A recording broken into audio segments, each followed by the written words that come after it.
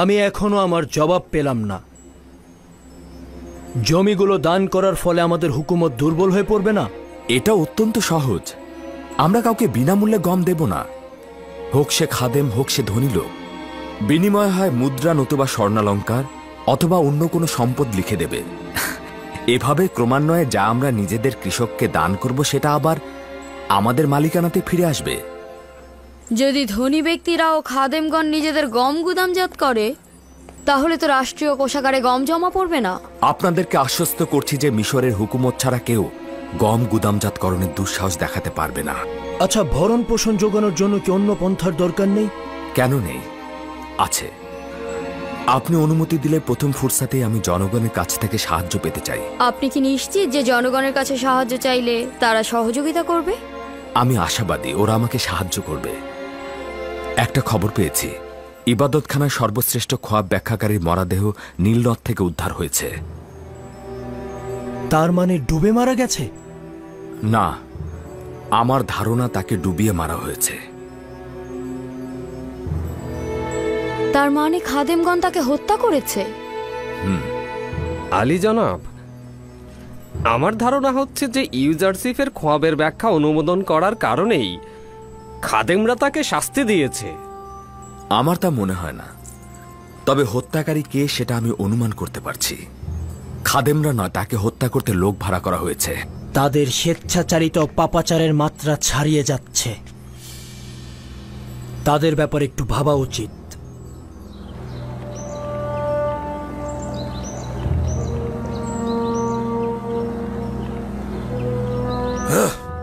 জনগণ একজন কাফেরের খেলনা বস্তুতে পরিণত হয়েছে। একজন বাদশাহ তার খোয়াবের অন্বেষণ করতে গিয়ে সাধারণ জনগণের উপর কি দুঃস্বপ্নই না ডেকে আনছেন।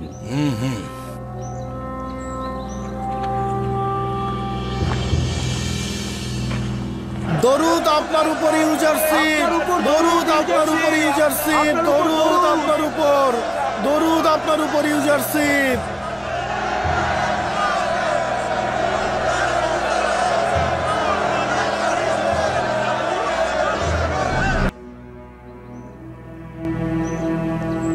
মিশরের জনগণের মহান খোদার নামে এবং সেই খোদার নামে যিনি মিশর ও মিশরের জনগণকে সৃষ্টি করেছেন তার স্মরণে শুরু করছি। আপনাদের নিকটে আমি অশেষ কৃতজ্ঞ, কেননা আপনারা আমার দাওয়াত কবুল করে আজ এই মজলিসে উপস্থিত হয়েছেন। আপনাদেরকে আজ আমার এই দাওয়াতের উদ্দেশ্য হচ্ছে আপনাদের নিকট হতে সাহায্য চাওয়া। আমাদের লক্ষ্য হচ্ছে দুর্ভিক্ষের 7 বছরের উপায় অন্বেষণ করা। প্রকৃতপক্ষে যদি সত্যি আপনাদের সাহায্য না পাওয়া যায় তবে এই ভয়াবহ দুর্ভিক্ষের মোকাবেলা করা সম্ভব নয়। আমি আপনাদেরকে সকল সত্য বলার সিদ্ধান্ত নিয়েছি এই কারণে যেন আপনারা সিদ্ধান্ত নিতে পারেন। এতে সন্দেহ নেই যে আমরা অবশ্যই ভবিষ্যতের কথা চিন্তা করে গম গুদামজাত করব, কিন্তু আমি আপনাদের কাছে চাইছি আপনাদের প্রয়োজনের অতিরিক্ত গম আপনারা বিনা মূল্যে মিশরের হুকুমতের কাছে জমা রাখবেন। রাজি আছেন?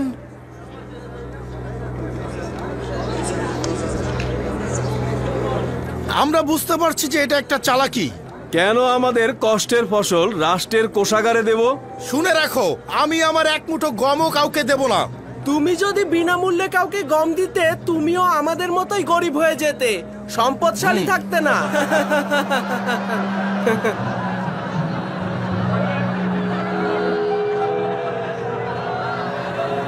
আমি জানি রাষ্ট্রের উচিত গম দেবনের বিনিময়ে ক্রয় করা, কিন্তু এই বিশাল পরিমাণ অর্থ রাষ্ট্রের নেই। রাষ্ট্রের রয়েছে বিশাল জমি, তাই আমরা জমি বিনিময়ের মাধ্যমে আপনাদের কাছ থেকে গম ক্রয় করব। আজ আমি এসেছি আপনাদের সাথে পরামর্শ করতে। গুদাম ঘরগুলো কিভাবে বানাবো, শ্রমিক কিংবা মজুর, কারিগর কিংবা দায়িত্ব পালনকারী অথবা প্রতিনিধিকারী, তাদের বেতন ভাতা আমরা কোথা থেকে জোগাড় করব? আর যে সকল কৃষক নিজেদের জমিতে ফসল করবেন তাদের কাছ থেকে কোন হারে গম ক্রয় করব?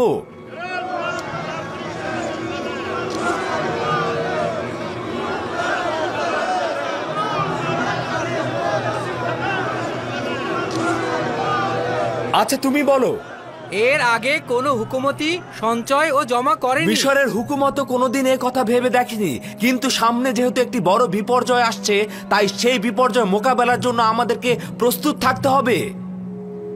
আর এতে কোনো সন্দেহ নেই যে আপনাদের সাহায্য সহযোগিতা ছাড়া আমাদের আর কোনো পথ নেই।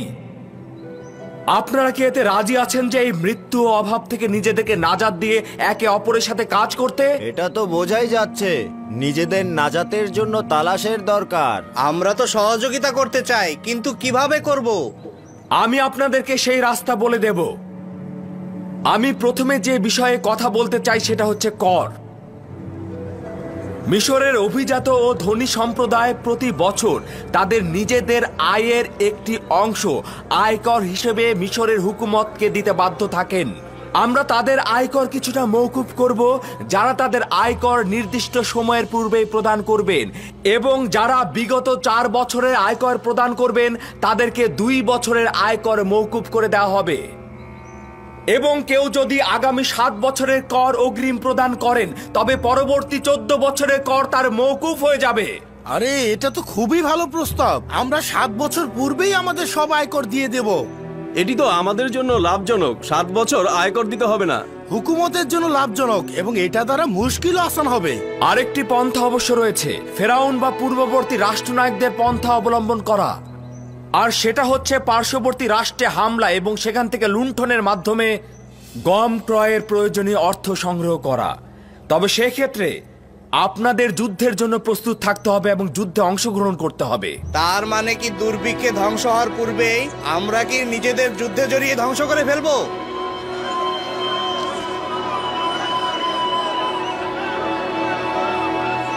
খুবই ভালো কথা, আপনারা শান্ত হন।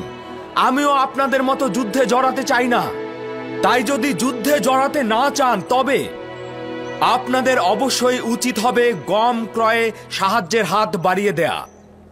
আপনারও আপনার পরিবারের ভবিষ্যতের কথা চিন্তা করে আপনাদের অবশ্যই উচিত আয়ের 1/5 রাষ্ট্রকে দেয়া। যদি 1/5 প্রদান করে যুদ্ধের হাত থেকে বাঁচা যায়, তবে আমরা এতে অবশ্যই রাজি আছি। যুদ্ধ সবসময় মানুষের রক্তের বিনিময়ে রাজ্যের কোষাগার পূর্ণ করে। আমরা এই যুদ্ধ দেখতে দেখতে ক্লান্ত ও পরিশ্রান্ত। দুরূদ আপনার উপরে জনাব ইউজারশিপ। দুরূদ আপনার উপরে জনাব ইউজারশিপ। দুরূদ আপনার উপরে জনাব ইউজারশিপ।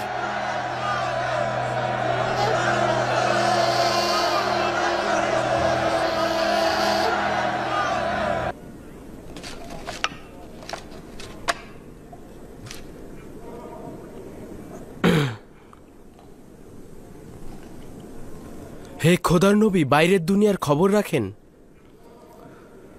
আলী জনাব পুতিফার দুনিয়া ত্যাগ করে পশ্চিমের জগতে চলে গেছেন। হ্যাঁ, পুতিফার মারা গেছেন? আজ শহরের গণ্যমান্য ব্যক্তিরা তার অন্ত্যেষ্টিক্রিয়ায় অংশগ্রহণ করবেন।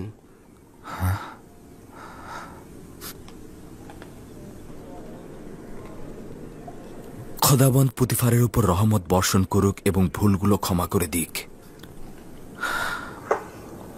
তিনি একজন ভালো লোক ছিলেন। আমি সত্যি তার কাছে ঋণী। তিনি আমার জন্য অনেক কিছু করেছেন।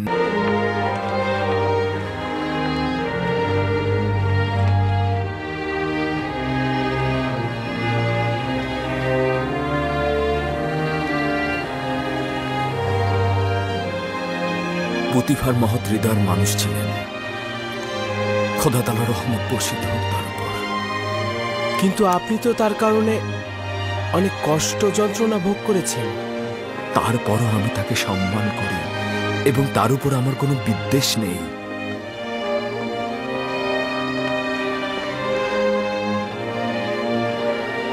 হায় আফসোস, যদি তাকে আমার পূর্বপুরুষ ইব্রাহিম খলিলের দিনের দিকে দাওয়াত করতাম।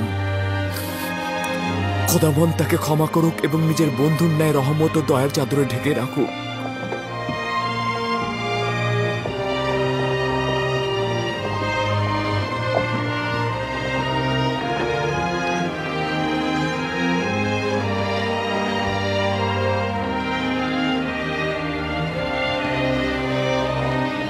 চলো, রওনা করো।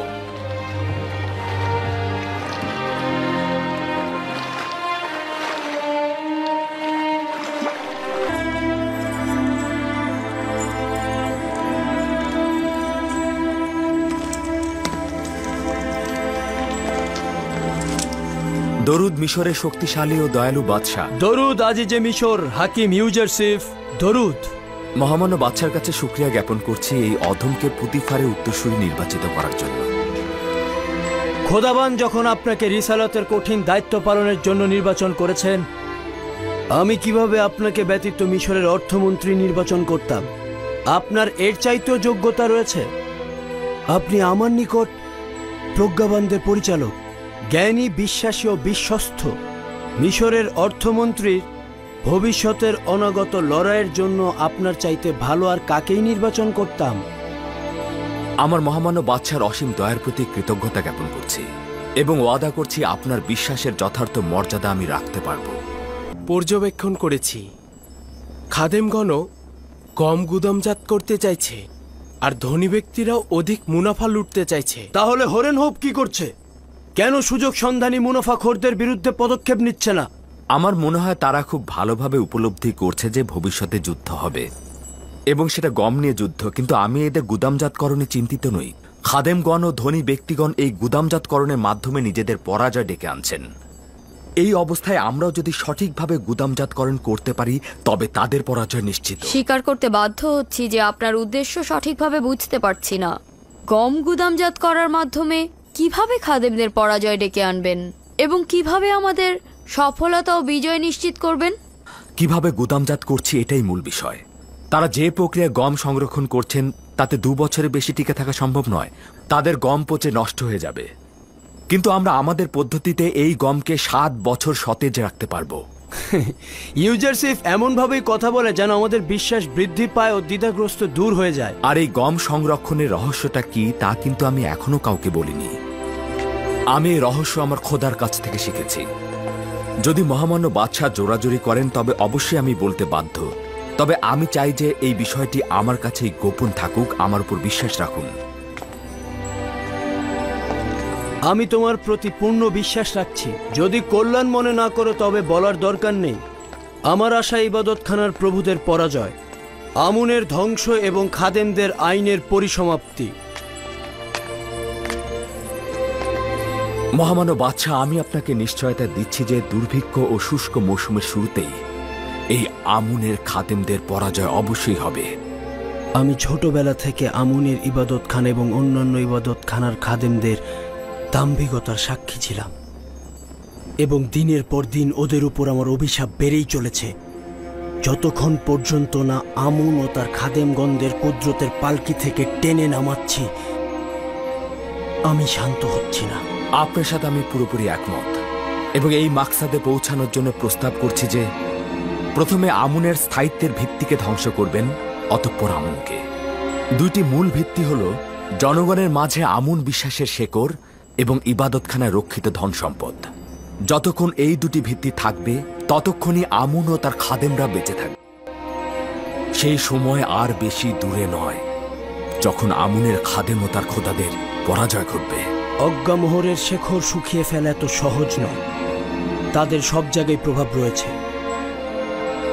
এমনকি আমার মাতা বানুতিকেও বিশ্বাস করতে পারছি না এবং আমি চিন্তায় থাকি হয়তো প্রথম আঘাত তার কাছ থেকেই আসবে।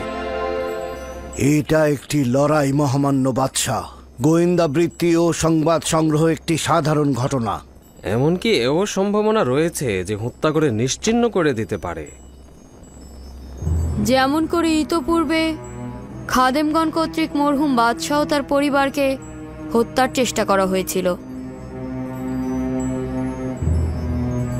জনাব ইউজারসিফ, আপনি কি রাজমহলে খাদেমদের যোগাযোগ সম্বন্ধে কিছু জানেন? প্রথমত রাজদরবারের লোকজন ও ইবাদতখানার খাদেমদের মধ্যে যোগাযোগের উৎস সন্ধান করা হয়েছে। এখন চোখে চোখ রাখা হচ্ছে, প্রয়োজন হলে হামলা করে তাদেরকে নিশ্চিহ্ন করে দেয়া হবে। না, রক্তপাত করার বিষয়ে আমি একমত নই। জনাব ইউজারসিফের উদ্দেশ্য হত্যা নয়, অর্থাৎ তাদের হত্যার প্রয়োজন নেই। শুধু রাজমহল থেকে বের করে দিলেই হবে। আপনি কি বলছেন দালাল চক্রকে রাজমহলে শনাক্ত করেছেন? জি আমার বানু, খুব দ্রুতই তাদেরকে চিহ্নিত করা হবে। চিন্তার কোনোই কারণ নেই। জনাবে আলী ইউজারসিফ, দাস মালিক ও ধনী ব্যক্তিদের আয়কর প্রদান অভাবনীয় ছিল। এটাই তো স্বাভাবিক। যে মুনাফা খুঁজবে তার উচিত হবে আয়কর প্রদানের পুরস্কার সানন্দে গ্রহণ করা। 1 বছরের আয়কর পূর্বে প্রদান করবে, পরবর্তী 2 বছরে আয়কর মাফ হয়ে যাবে। আলী জনাব, অন্যান্য শহরের আয়কর জমাদানের জন্য আমরা কোনো কাজ করব না?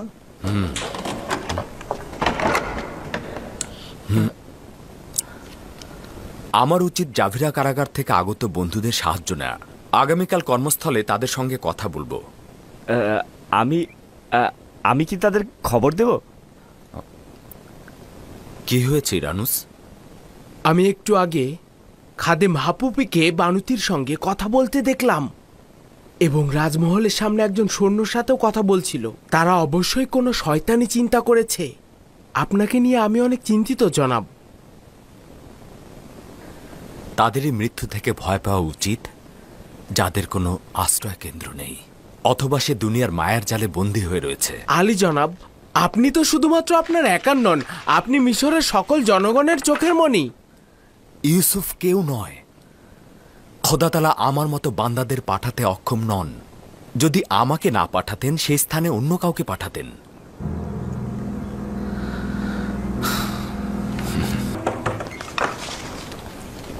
দরুদ আজিজে মিশর জনাব ইউজারসিফ।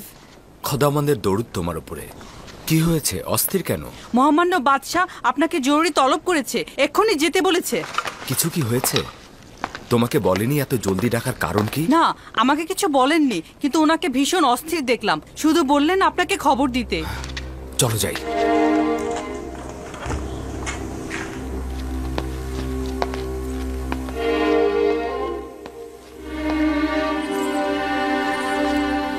দরুদ আমার মহামান্য বাদশাহ আমেন হতেব। শুনলাম ইবাদতখানার খাদেম তোমার জন্য নীল নকশা এঁকেছে। এখনো এমন কিছু ঘটেনি আলী জনাব, আপনি আমাকে নিয়ে চিন্তা করবেন না। মহামান্য বাদশাহ, আমরাও কিছু বিক্ষিপ্ত কারণ শুনেছি। সেটা সত্যি খুব বিপজ্জনক এবং চিন্তার বিষয়। আজই খাদেম হাপুপিকে দেখলাম বানুতির কাছে এসেছেন এবং রাজমহলের একজন প্রহরীর সঙ্গেও কথা বলছিল। আমি বিশ্বাস করছি তারা ভয়ঙ্কর কিছু ঘটাতে যাচ্ছে। এর হাকিকত রয়েছে। কিছুক্ষণ আগে বানুতির খাদেম আমার কাছে এসেছিল। সে বলছিল যে যেহেতু এখনো পর্যন্ত আপনাকে রাষ্ট্রীয় কার্যাবলী থেকে বিরত রাখা সম্ভব হয়নি, তাই তারা হত্যার ষড়যন্ত্র করছে। একটা কথা মহামান্য বাদশাহ, কিছুদিন পূর্বে ইবাদতখানার খোয়াব বিশ্লেষণকারী যখন মারা যায়, আমার সাথে একজন শয়তান লোকের দেখা হয়েছিল। তিনি বলল যখনই সুযোগ পাবো ইউজারশিপের ক্ষতি করব। এগুলো গুরুত্বপূর্ণ নয়। আমি সেই সব কুচক্রী ষড়যন্ত্র নিয়ে মোটেও বিচলিত নই। আমি আমার কাজ নিয়ে চিন্তিত।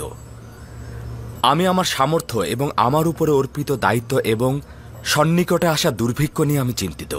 আমার মরহুম আব্বাজান শুধুমাত্র আমুনের খাদেমদের বিরোধী ছিল, কিন্তু আমি আমুন এবং আমুনের খাদেমদের বিপক্ষে রয়েছি। এই আইন যত দ্রুত সম্ভব নিশ্চিহ্ন হয়ে যাক। আমি যত দ্রুত সম্ভব এই বিষয়ে চূড়ান্ত সিদ্ধান্ত নিব। আগামীকাল দেরিও হয়ে যেতে পারে। যদি শামশিরকে কোনো কারণে বাইরে নিয়ে আসা হয়, তবে সেটা তার মালিকের জন্য বিপদ ডেকে নিয়ে আসে। ইবাদতখানার বিরুদ্ধে ছোট্ট একটি পদক্ষেপ জনগণকে আমাদের বিরুদ্ধে খেপে তুলতে পারে। অপরদিকে আমুন মন্দিরে রক্ষিত বিশাল ধন সম্পদ দ্বারা হাজার হাজার মানুষকে মিশরের হুকুমতের বিরুদ্ধে খেপিয়ে তোলা সম্ভব। এতে অনেক নিরীহ মানুষের মৃত্যু ঘটতে পারে। তুমি তো দেখতেই পাচ্ছ দিনের আলোতে আমাদের মহলে কিভাবে গোয়েন্দাগিরি চলছে এবং তোমাকে হত্যার পরিকল্পনাও করছে। তুমি কি বলছো তাদের সুযোগ করে দেব, যা পরে আর ফেরত পাওয়া যাবে না?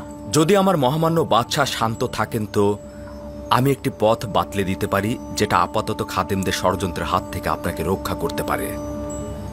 শুনছি, আমি খাদেমদের ষড়যন্ত্র থেকে বাঁচতে চাই।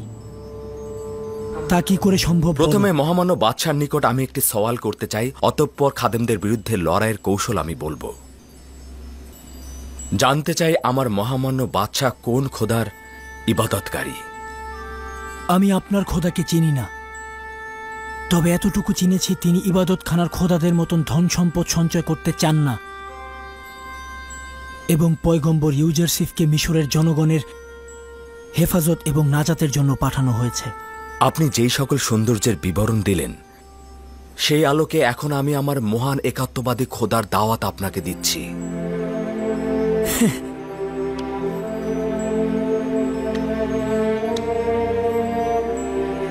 প্রয়োজন নেই, কেননা এখন আমি একাত্মবাদী খোদার অনুসারী। হ্যাঁ, আমার একাত্মবাদী খোদা? হ্যাঁ, একাত্মবাদী খোদা, যে খোদা সকলকে সমানভাবে আলো দেয় এবং যার রহমত সকলের সত্তার জন্য বর্ষিত হয়, যে খোদার হাতে সকল সত্তার প্রাণ নিহিত, নদী নালা অফুরন্ত ফসলের বৃদ্ধি যার হাতে। মহামান্য বাদশাহ, আপনার পেরেশান হওয়া উচিত নয়, পুনরায় বেহুশ হয়ে যেতে পারেন। আমি আতুন খোদার ইবাদত করি, যাকে ছাড়া সমস্ত ভূমণ্ডল নিথর ও নির্জীব। তোমার একাত্মবাদী খোদা কি সেই আতুন নয়? আমি এখনো সঠিকভাবে বুঝতে পারিনি। মহামান্য বাদশাহ কি সেই খোদার কথা বলছেন যিনি সূর্যকে আলোকিত করেন এবং সারা জাহানের খালেক? আপনি কি তার প্রতি ঈমান এনেছেন? তার পয়গম্বরের প্রতি ঈমান আনছি। আমি কি এই খোদাকে অতুন নামে অভিহিত করতে পারি? তাকে 1000 নামে ডাকা যায়। পৃথিবীর বিভিন্ন প্রান্তে তাকে বিভিন্ন নামে ডাকা হয়।